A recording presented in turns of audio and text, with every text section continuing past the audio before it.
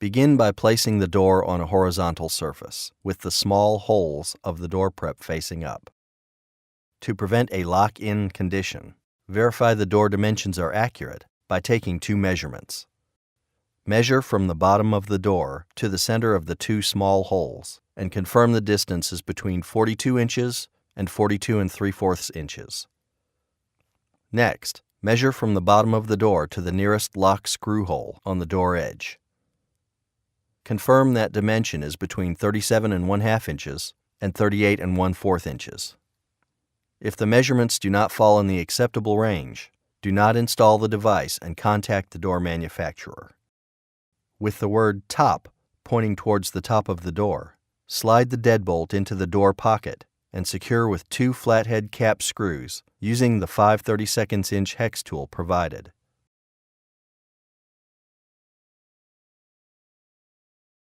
Remember to retract the deadbolt by sliding the actuating arm upwards to ensure the remaining installation steps are performed correctly. On the bottom bolt assembly, identify the flat portion of the tube and mark the lifting platform edge with a permanent magic marker. Slide the bottom bolt assembly with the marked edge pointing up through the hole at the bottom of the door and into the deadbolt case.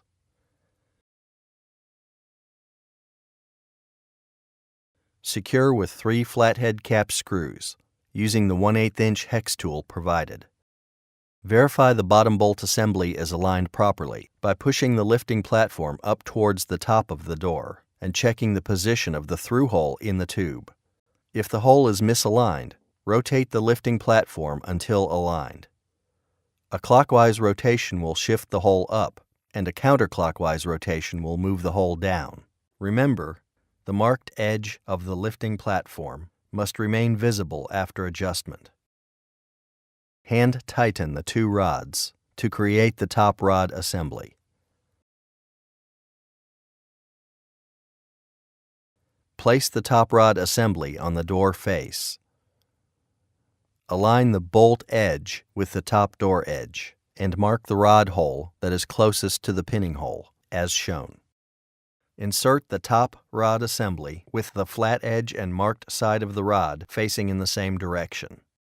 Slide the rod in carefully and confirm the top rod fits into the bottom rod, and the plunger pin is in line with the plunger pin notch in the door. Note: if needed, shine a flashlight while inserting the top rod assembly to help find the bottom rod. Secure the plate on the top of the door with 2 flathead cap screws using the 1/8" hex tool provided. Be sure the beveled edge of the plate faces the plunger pin, and check to be sure the plunger pin is exposed through the notch and is moving freely. Push the lifting platform towards the top of the door, and verify the top and bottom assembly pin holes are aligned with the deadbolt hole. If it's not aligned, adjust the plunger on the top of door in a clockwise direction to lower the hole, and a counterclockwise direction to raise the hole, using the 3/16" hex tool provided. Once aligned, insert the drive pin through the holes from the side of the door that has the small prep holes on the door face. Using a hollow tip driver, secure the pin by pressing the retainer ring onto the pin until it snaps into the groove. Once the door is attached to the frame and properly aligned, depress the plunger at the top of the door. Push the lifting platform up to confirm the rod stays in a hold-open position and the deadbolt is flush with the door edge. If not, adjust the top plunger by rotating 1 rotation, counterclockwise, with the 3/16" hex tool provided. Then, press the plunger at the top of the door to project the bolt. Push the lifting platform up again. The deadbolt should retract and remain in a hold-open position.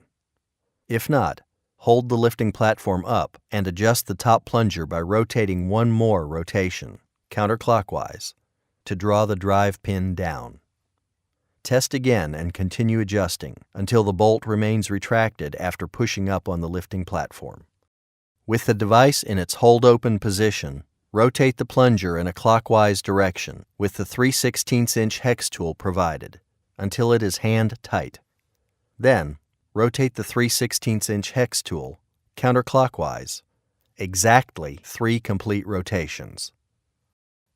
Perform one last check of the device by pressing the plunger and pushing up on the lifting platform. If the device stays in hold open, with the deadbolt and the pin properly positioned, the device is installed correctly. If not, go back to step 10 and perform the adjustment procedure again. Place the cylinder collar and spring over the threaded end of the cylinder. Insert the cylinder into the trim and tighten.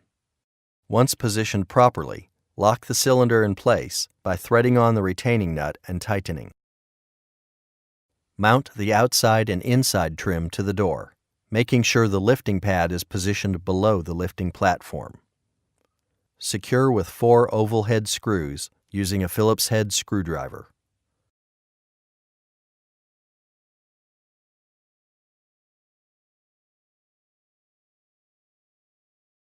Install the top latch into the door frame header, with the angled surface facing the door. Secure the latch with 4 flathead cap screws using the 5/32" hex tool provided. Attach the deadbolt strike plate to the frame with 2 flathead cap screws using the 5/32" hex tool provided. To install the bottom strike, close the door. Place a ruler against one side of the bottom bolt and draw a line on the floor so that it is visible. Repeat this step on the other side of the bolt. Rest the ruler's end against the front edge of the bolt and mark a line at 1 inch. Open the door. Line up the 1 inch mark on the ruler with the line on the floor. Draw a new line at the ruler's end. Extend all lines to create a 3-sided box. Identify the center of the box and drill a 1 1/8" hole, 7/8 inch deep. Line up the bottom strike plate with the drilled hole and trace the strike edges.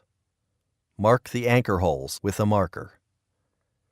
Remove the plate and drill the anchor holes, 3/8 inch diameter, 1 1/2 inches deep. Put the plate over the holes. Drive the anchors into place and secure with 2 flathead cap screws using the 5/32" hex tool provided. Note: if the bottom strike needs to be flush with the floor, chisel the floor 1/8 inch deep prior to securing the plate in place.